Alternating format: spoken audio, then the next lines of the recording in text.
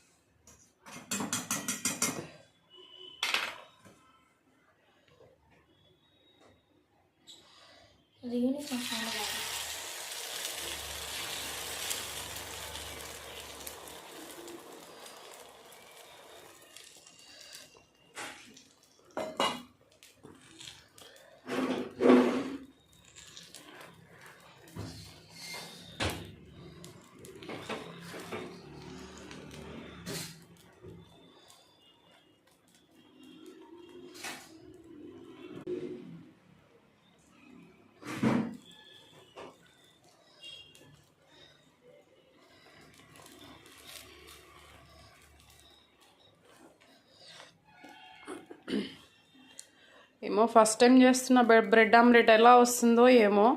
మొత్తానికి